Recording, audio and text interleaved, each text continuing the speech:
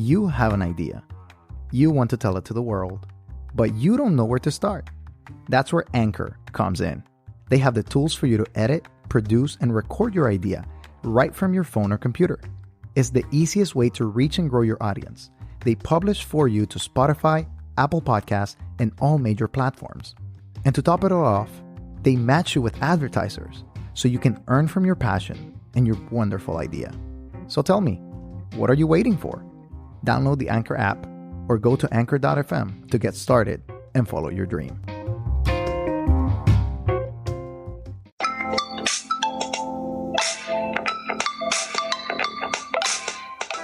Welcome to Disruptive Adventism. My name is Katelyn Campbell, and I will be your host for this podcast. This podcast is about discussing the polemical statements and practices that are part of the Adventist fabric, which in turn shape this belief system to be unique and relevant for today's society.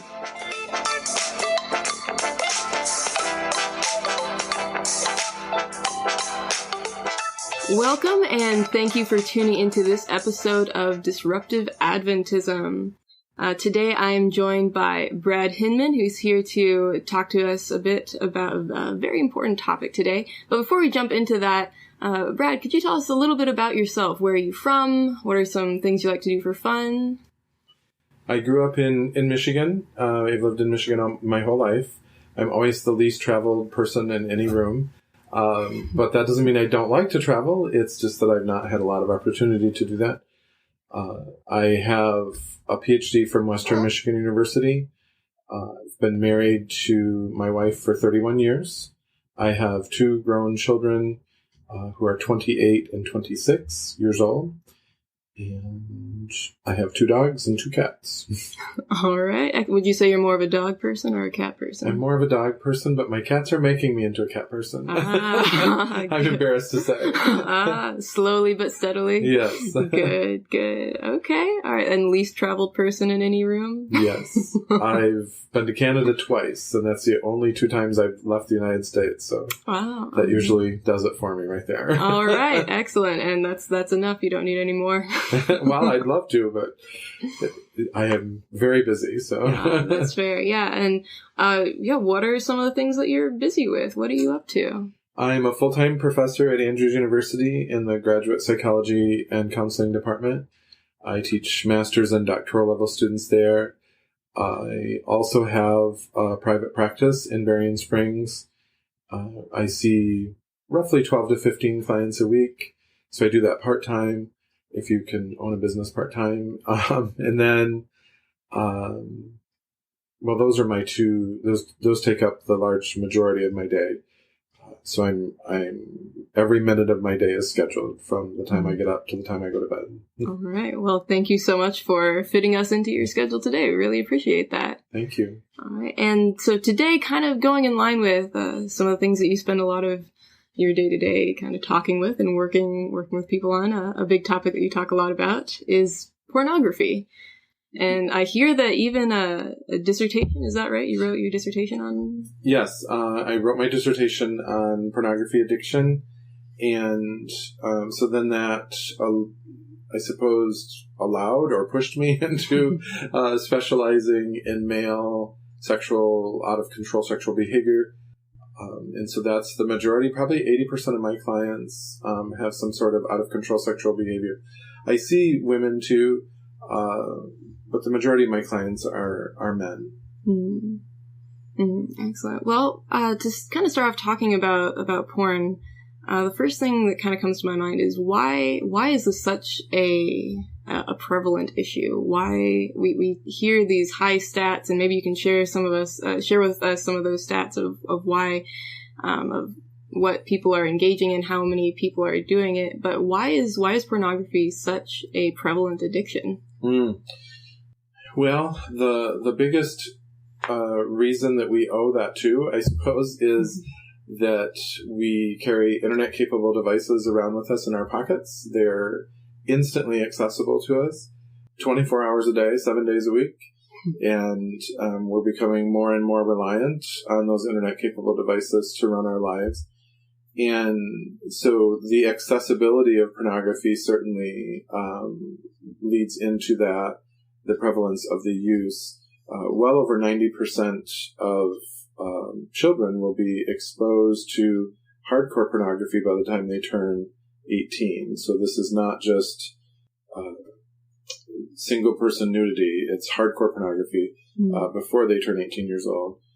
So it's the vast majority of people have definitely been exposed. Of course, not that many people would reach the realm of out-of-control sexual behavior, which is who I deal with.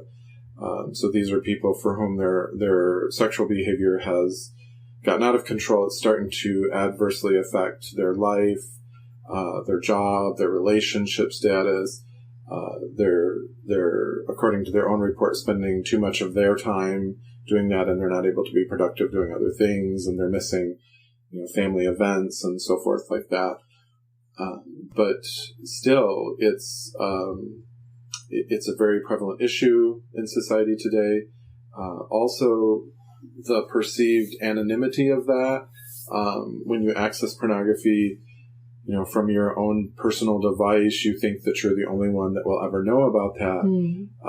But as we are finding out more and more these days, nothing that we do on the internet is private anymore.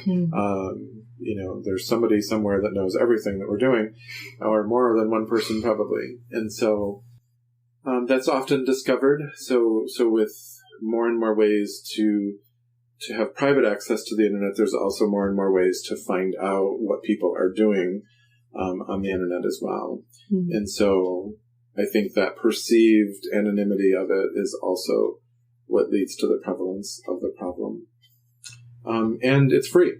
So that's the third reason that I think it's so prevalent, is that we call it the affordability factor, but it's you can access millions and millions of images and clips of movies for free.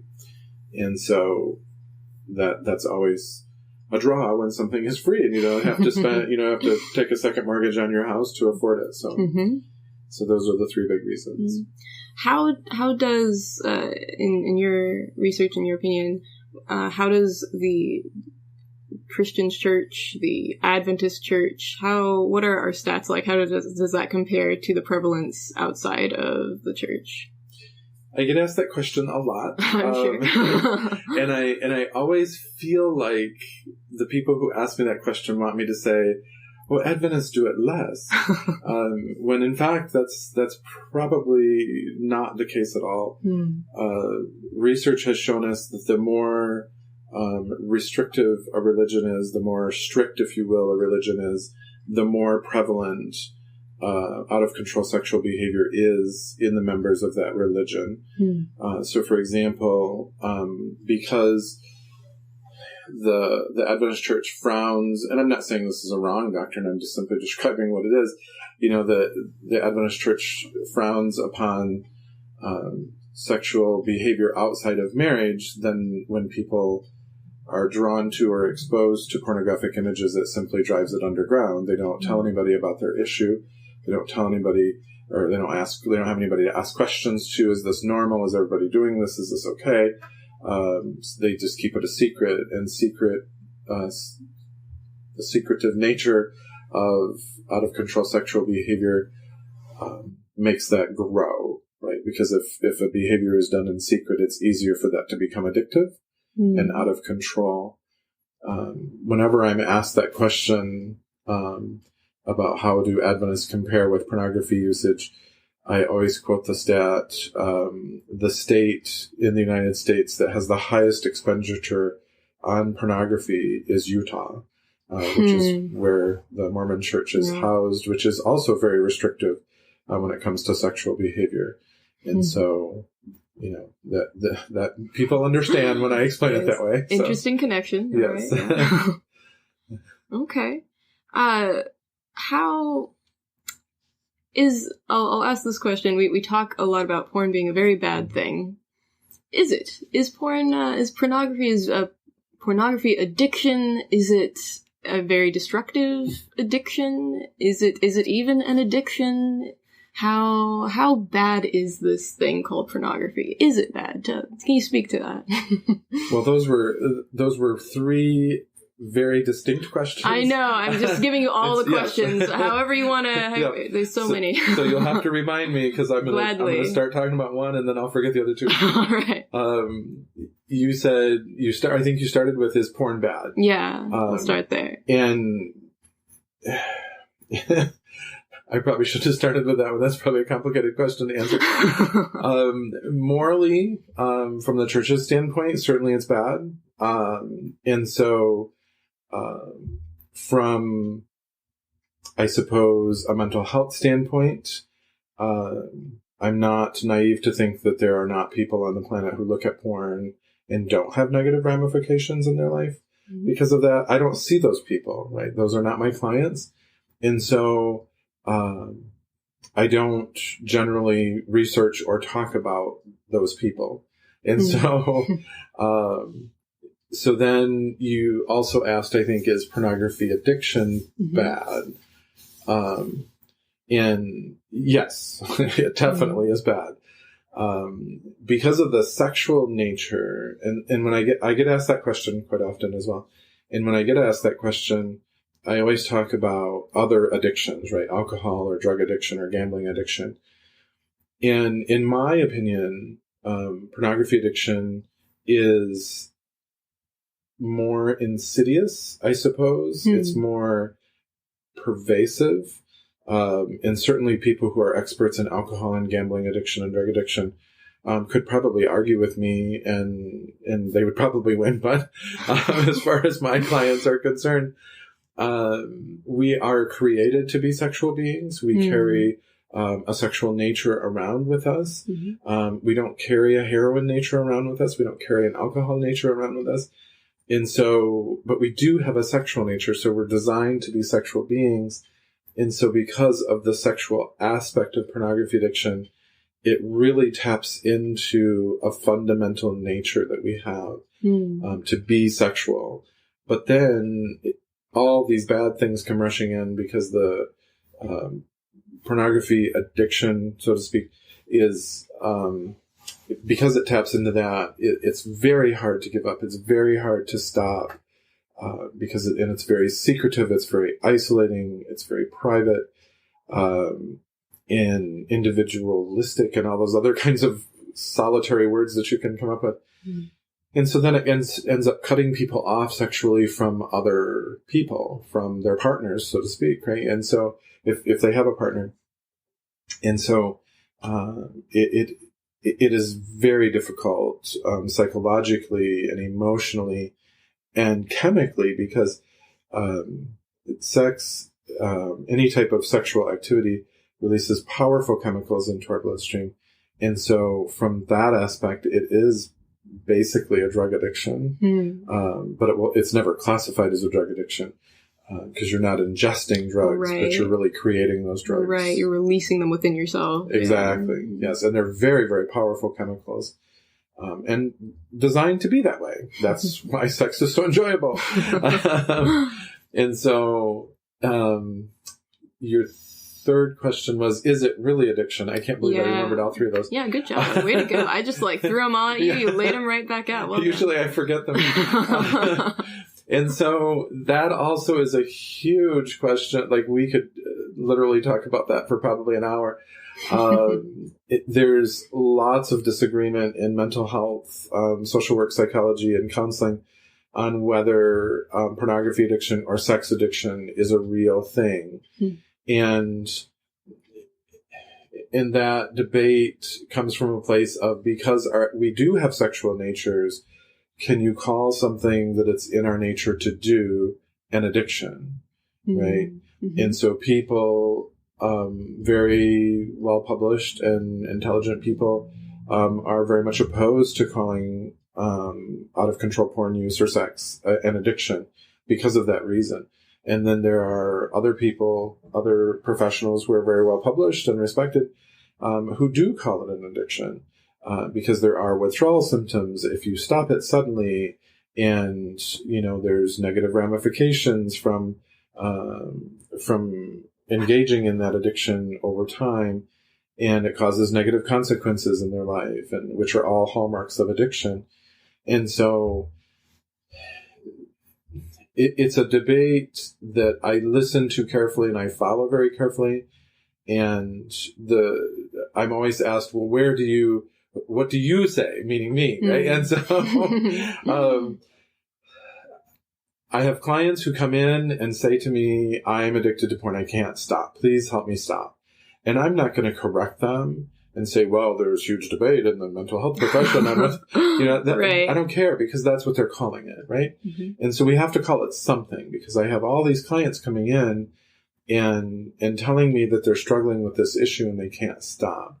And so I don't really care what we call it, whether it's an addiction or whether it's a purple people eater. Like, we need to call it something, and we need to give them tools to help them, regain control of their life. So that's my answer to that. I don't know if that helps. But. Yeah, no, it's good. And you use that phrase, to regain control of their lives. How do you see pornography kind of taking over people's lives? As with any addiction, so we're going to call it that for the rest of this interview. We'll go with that, yep. For lack of a better phrase. With any addiction, tolerance builds up over time. And so you have to engage in the behavior for longer and longer to reach the same amount of high. So people who drink alcohol, they very much understand tolerance. Like, it's very common knowledge in general society that the more that you drink over the years, the more individual quantities of alcohol in one sitting you have to consume in order to reach the same amount of high, right? Mm-hmm. So the first time you drink, a beer or two, you're starting to feel tipsy. And then 20 years later, after drinking beer daily, you have to drink lots more than 1 or 2 beers to feel that. And so, the general population understands that. And so I use that example. And so for people who consume pornography compulsively, they need to consume more and more pornography and even more hardcore pornography, I suppose, harder forms of pornography, in order to reach the same level of quote unquote high. And so, that's one of the reasons that people lose control of their life. Another one is our brains are very malleable. They're very plastic. And so they learn very quickly. Our brains learn very quickly to adapt to new information and new behaviors. And so if looking at porn is the only way that somebody reaches orgasm or climax, then their brain starts to know, this is what we need to have happen in order to reach orgasm or climax. And so then what that means is when people with out of control pornography use, when they're actually trying to be sexual with another human, that becomes very difficult because your brain says, well, this isn't porn, so I'm not going to finish. Right? Because that's not what we do. That's not how we do it. Yeah. And so it becomes difficult to tell your brain, no, I really do want to be sexual with another human. And so, but I always tell people, the people that come to see me, your brain learned how to do that very quickly. It can also learn how to do it differently very quickly, right? Mm-hmm. But you have to stop reinforcing the porn use and start reinforcing loving, nurturing, affirming contact with other humans. And then your brain will say, oh, well, this is how we do this now. Do some rewiring, adjust it. Yep. Yeah. And so that's definitely one of the ways that I'm meaning when I say regain control of your life. All right. So as we look at this issue of people either trying to keep themselves from porn use or reduce their porn use, looking at the individual themselves, what are some strategies that a person could utilize to either keep themselves from engaging in this behavior or assist them in reducing the behavior? I'm going to start answering that question with what they probably shouldn't do. All right, good.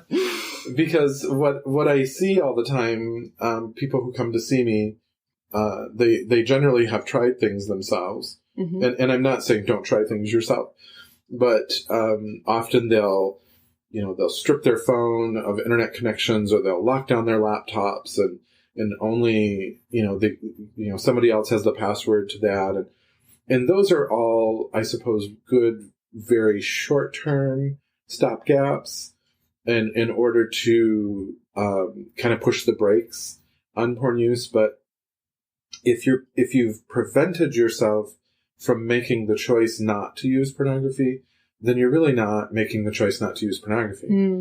And so what I try to do in my work with clients is teach them that pornography is a choice that you've made, and now you want to make new choices, right? And, like I described earlier, there's, I don't have to tell you that being sexual and masturbation is pleasurable, or no one would do it. And so, Sure. right? And so, there's ways to get what it is that your brain wants without making choices that you don't want to make anymore personally. And so, and it's not all about being sexual. Being sexual releases these powerful chemicals, but there are other ways to release these powerful chemicals in our brains other than being sexual. Because if we're talking to Adventists primarily, I mean, my practice is in Berrien Springs, and so a lot, not all, but many of my clients are Adventists, and so they'll say, well, I don't want to be sexual outside of marriage at all.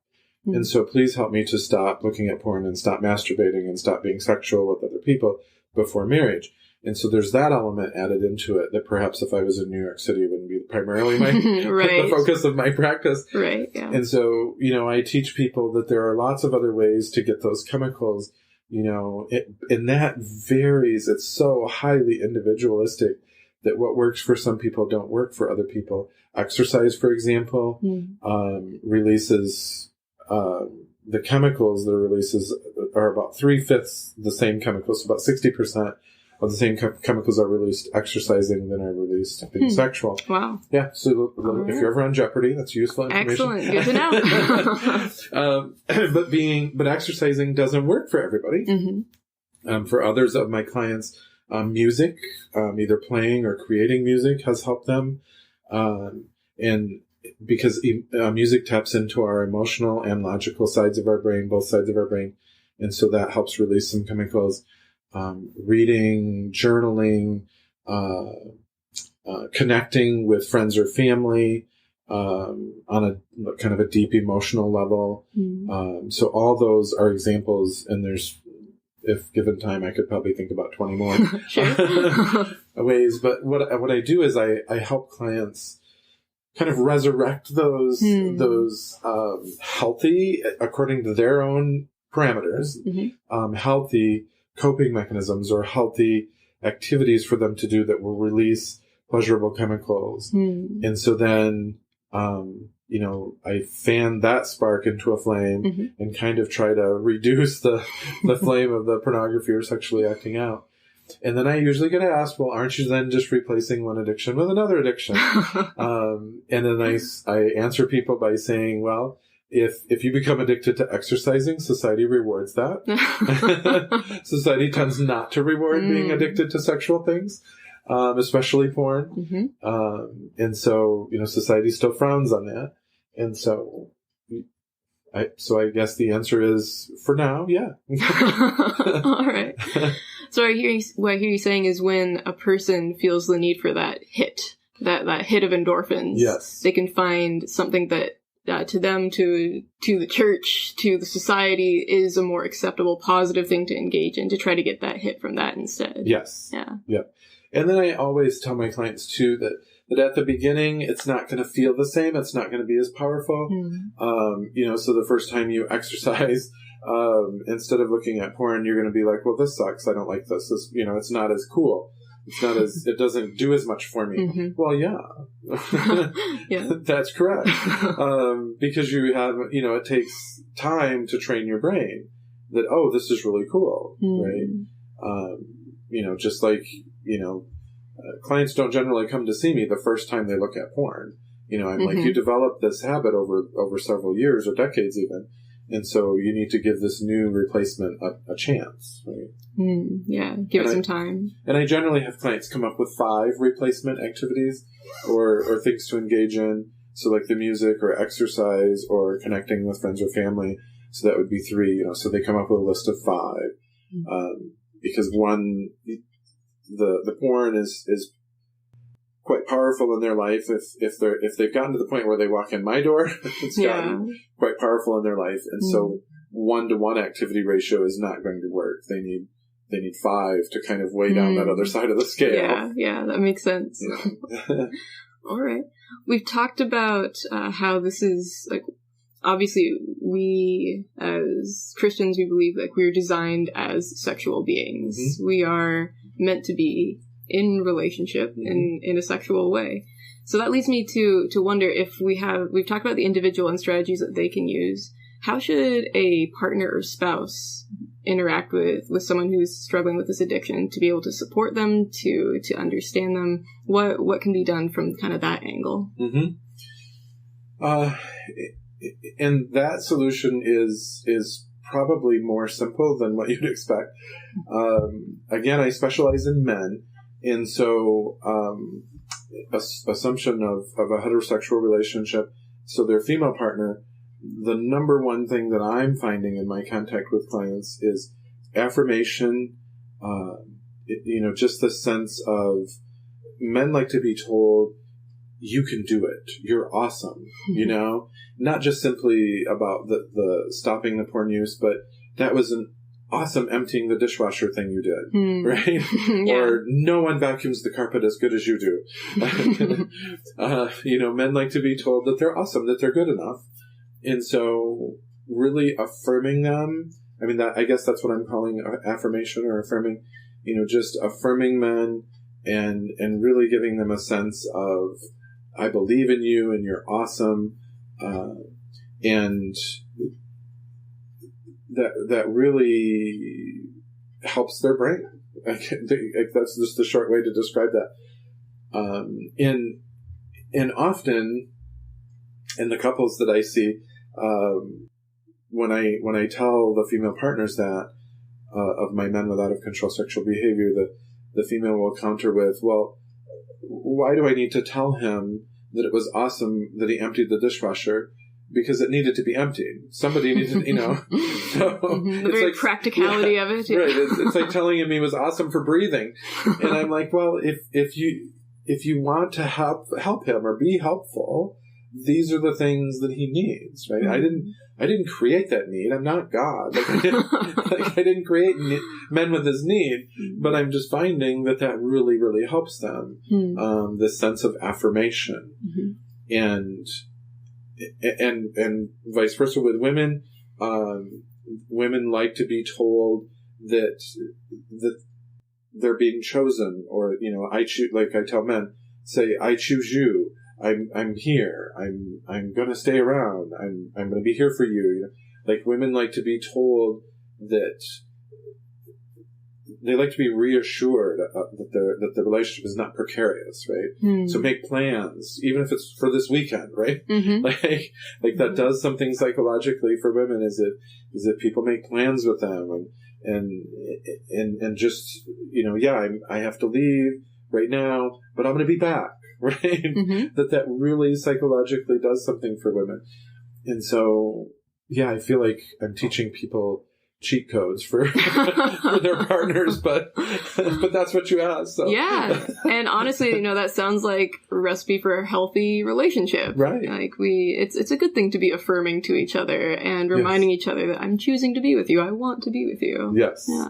Exactly. So it makes sense that would help combat any issues of negativity or shame or anything. And that's exactly what it is with, because this issue is so infused with shame. Anything that we can do to combat that shame is going to be a benefit. Mm-hmm. One last question I have. So we've talked about the individual, talked about in a relationship. And let's pull it back a little bit further. The church. How can we, as followers of Christ, help foster a healthy sexual lifestyle that engages with pornography in a healthier way, that reduces this destructive sort of behavior that we have some people engaging in? Like, what can we do as a church? I love getting asked this question because really passionate, if you pardon the pun, about this topic, that the church needs to talk about it. If the church would just talk about it, this issue would be much less of an issue. But the church is silent on this topic. And then parents tend to be silent with their children about this topic. And that's just not working. Like that needs to stop. We need to talk about it. And I've done presentations at churches, and I've done them for parent groups, and I tell people, I tell Adventist groups, we need to be talking to our children about pornography as often as we talk to them about clean and unclean foods. Mm-hmm. That is not just a one-time in passing, don't look at porn and don't have sex. It's like we need to be talking to them every day. Like, as often as you talk to your kids about food, don't go over to the neighbors because he's cooking hot dogs and there's probably pork in there. Like, we need to be talking to them about porn, I get asked, well, at what age should we start talking to our kids about porn? We really should have the initial conversation with them by 4 years old. Wow. And that really shocks people. I get that reaction every time I say that. And I say that because if you wait until they've gone to school to have this conversation, it's too late. Because they're going to be exposed, even in Adventist schools, as much as we don't want that to happen, they're going to be exposed to pornography at school, or they're going to hear sexual terms that they don't understand, and then they're going to go home and Google those, because that's what our entire society does. Yeah, that's right. If we hear, like, how do you change a car in a Malibu? You go online and you YouTube it, right? Like and so if you hear a term at school from one of the older kids, you're going to go home and Google it, and then porn's going to show up on your computer, and it's too late. And so, I'm not saying you need to have, 36 hour-long lectures at 4 years old, but you need to have a conversation. Hey, there's good pictures and there's bad pictures. And really the crux of the answer to this question is we need to make ourselves available for people to ask questions to, and get real answers, real Adventist answers, not just silence. Because if their questions are returned with silence, it'll drive the behavior underground. And now you have a recipe for addiction again, right? Which is what, we're trying to combat with podcasts like this and presentations at churches. We're trying to combat this behavior, this like insidious behavior that's prevalent in our church and in society, and being available for people to ask questions to. Hey, I saw this picture. I don't understand what's going on. And not freaking out, because if you freak out, your kids will never ask you another question. And that's the hard part, is just making yourself available to ask questions. And when I do presentations and people realize that I'm okay to ask questions to, I get asked all kinds of questions. Hey, this is happening to me. Is this okay? And, my body does this, and is that all right? And, am I normal? I get asked that question so many times. And, people need to be able to ask questions, and they need Adventist people to ask questions too. So that's my answer. So we need to perhaps demonstrate asking of questions to show that it's positive and a good thing to do and engage in. Yes. And be having conversations. It sounds like he was talking about having kind of scaled conversations. So when you're 4 years old, you hear about it in a certain way. Yep. And as a child gets older, continuing to teach them along the way. Yep. And conversations at 4 years old, that's going to be like 1 or 2 sentences. It's not going to be an hour-long conversation. But that's going to build the framework for when they're 14, having perhaps a little bit longer conversation of, hey, these things are happening to your body, and that's okay. And you're going to be curious about this, and I'd rather you be curious with me than with somebody else, right? I'd rather you ask me questions than, your friend Bobby at school, like, or on the playground or whatever, or Googling something. And then teaching our children that not everything they see on the internet is true. There's a big shocker for us. What? Yeah. And so, Googling things, although that really helps us change the oil in our car, we have to be careful that there might be some people that really don't know what they're doing. Yeah. And they might teach us how to change the oil incorrectly. And so, just being available for our kids, like we are with everything else, like with food or with, how to have a Bible study or whatever. We teach our kids lots of stuff about that, but nothing about sex, which is in our God-given nature. Like, we're silent about that. See, I told you I get excited about that question. That's great. That's excellent. Well, as we're kind of coming to a close here, I really appreciate this conversation we were able to have today and doing exactly what you're saying, of opening up dialogue and rather than just being silent on this issue, saying, hey, no, this is something important to talk about. Right. And so I wonder, do you have any last words of wisdom for us to consider in the topic of pornography? I think that, I suppose my I don't know if I call them words of wisdom, but I guess my passion is allowing people space to be who they are, and just taking shame away. I think we're good at telling other people what they should and shouldn't do, but we're not so good maybe at